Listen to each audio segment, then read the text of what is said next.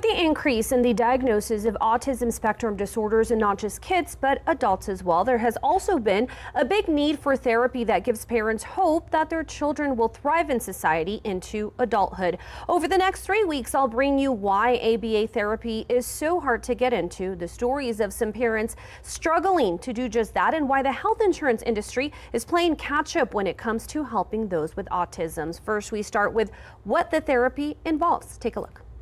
The number of children being diagnosed with autism spectrum disorder has gone up in the last 10 years. Well, the prevalence at this point, I believe now it's 1 in 39 children, and that's the number here in the United States. 10 years ago, that number was 1 in 59. ABA, or Applied Behavioral Analysis Therapy, isn't new. It's been around since the 70s, but it has become what Hector Adames says is the gold standard for treating autism, even though it's not just for people with the disorder. It's designed to understand human behavior, why you do things, or why you avoid things. And at the end of the day, humans seek pleasure and avoid pain. Things like being willing to put on a seatbelt to avoid hearing the beeping noise. With autism, it's not just problems with vocalizing and talking and conversing, it's also understanding talk. For example, ABA focuses on the idea that if you want something, you have to understand that someone else will want something in return. And if you follow through, then we're trading, then we're communicating. That, for a person with autism, many cases, is really hard.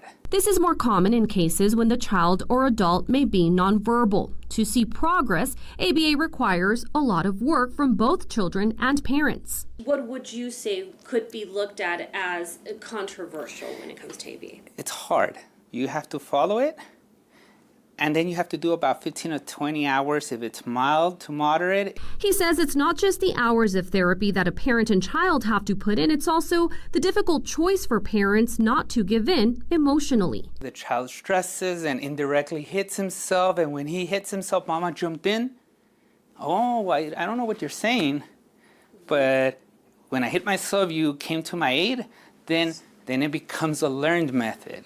He explains, while it may seem harmless to give in when children are younger, that behavior becomes more harmful for not just the child, but others in the future. What happens when he's 22, strong, and wants something? His little arms are now big man arms. Then you have to call law enforcement because you don't have a 6-year-old having a fit. You have a man.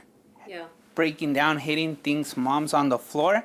With research proving ABA can have a significant impact on a child, helping them thrive later in life, you can see why there is a high demand for it, leaving some families on a wait list nationwide and here in the borderland. When it comes to applied behavior analysis here in El Paso, like in many cities, there's very few providers, and so there tends to be a waiting list. Sometimes 3 months, sometimes 8 months, and that's to start treatment.